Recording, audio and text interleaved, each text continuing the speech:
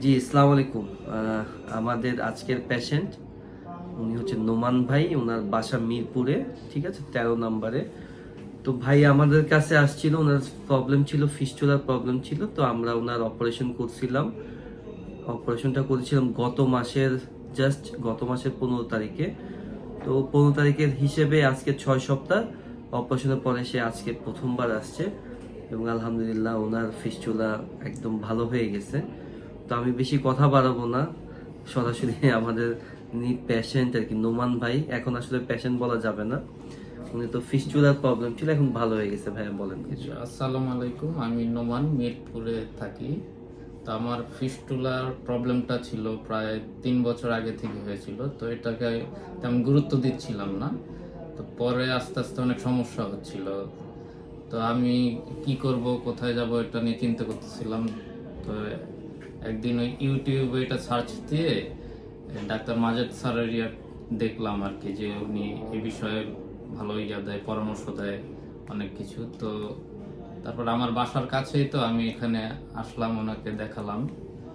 তো উনি সাজেস্ট করলো কি কি করা যায়, কিভাবে করা যায়।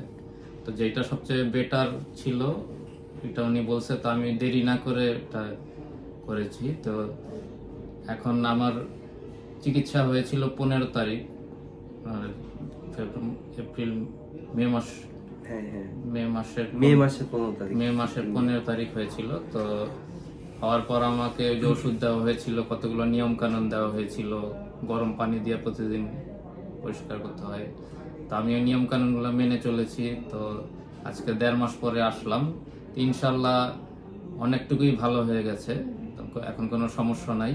আর ডাক্তার মাজেদ স্যার মানে এই ফিস্টুলা, পাইলস বা এই ধরনের পাইপথের যত রোগ আছে ওগুলোর জন্য খুব ভালো সাজেশন দেয়, চিকিৎসাও করে। এটা আমি এসে প্রমাণও পেয়েছি, বা অন্যান্য রোগীদের থেকে। তো আশা করি যারা এই সমস্যায় ভুগতেছেন, মানে কোনো হেজিটেশন করবেন না বা গাফিলতিও করবেন না, কারণ এটা বেশি দেরি করলে অনেক বড় সমস্যা হতে পারে। তো আপনারা ডাক্তার মাজেদ স্যারের কাছে যোগাযোগ করতে পারেন, উনি ভালো সাজেস্ট করবেন। ফিস্টুলার চিকিৎসা হচ্ছে অপারেশন, এটা নিয়ে কোনো সন্দেহ নেই। ফিস্টুলা মানে সার্জারি লাগবে।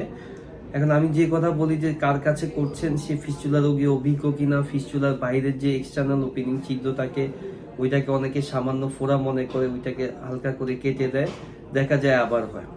তো আরেকটা ব্যাপার হলো যে আমরা ওনাকে যেটা কমিটমেন্ট ছিল যে আমাদের অপারেশনের পরে কোনো ধরনের ড্রেসিং এর দরকার হয় না। পেশেন্ট আমাদের যে রোগী নোমান ভাই, উনি অপারেশন করে 16 তারিখে চলে গেছে। আজকে জুন মাসের 30 তারিখ, পারফেক্টলি আপনার 1.5 মাস, 6 উইকস প্লাস। সো আজকে উনি আসছে, আমরা দেখলাম যে আলহামদুলিল্লাহ একদম ভালো হয়ে গেছে। যেটা হলো যে ড্রেসিং এর প্রবলেম নাই। অনেকে ভয় দেখায় যে পায়খানার আসলে আপনি ধরে রাখতে পারবেন, nothing, no problem at all. So just কিছু নিয়ম কানুন মেনে কিছু চললেই আইন কানুন হবে। আছে, আমরা পেশেন্টদেরকে বলে দিই যে আপনি কি কি কাজ করবেন, কি কি কাজ করবেন না।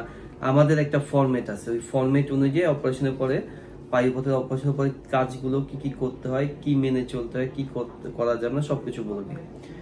সো আলটিমেটলি এইটাই হলো যে আমাদের কমিটমেন্ট, যে ফিস্টুলার ক্ষেত্রে সার্জারি ছাড়া কোনো অল্টারনেটিভ কিছু নাই। উনি যখন আসে আমি বলে দিই যে কিভাবে করা যাবে, হাতে কেটে করা যাবে, একটা ছিল যে লেজারে করা যাবে। যদি লেজারে করে আবার হওয়ার চান্স এত%, কেন লেজারে আবার হয়, বিভিন্ন কজগুলো আমরা পেশেন্টের কাছে বলে দিই, ফেয়ার থাকার চেষ্টা করি।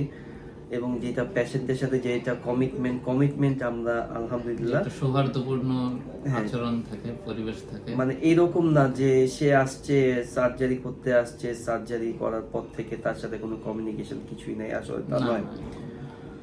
সো সবাই আমাদের জন্য দোয়া করবেন, জি, জি। অবশ্যই নোমান ভাইয়ের জন্য দোয়া করবেন। ভালো লাগতেছে, আমাদের পেশেন্ট গুলো ভালো হচ্ছে। ভাইকে বললাম একটা ইন্টারভিউর জন্য, ভাই একদম সাবলীল ভাষায় বললো যে নো প্রবলেম। তো সবাই আমাদের জন্য দোয়া করবেন, সবাই সুস্থ থাকেন। বায়ুপথের প্রবলেম থাকলে অবশ্যই আমাদের কাছে আসলে আমি চেষ্টা করব সঠিক পরামর্শ দেওয়ার। থ্যাংক ইউ সবাইকে, আসসালামু আলাইকুম।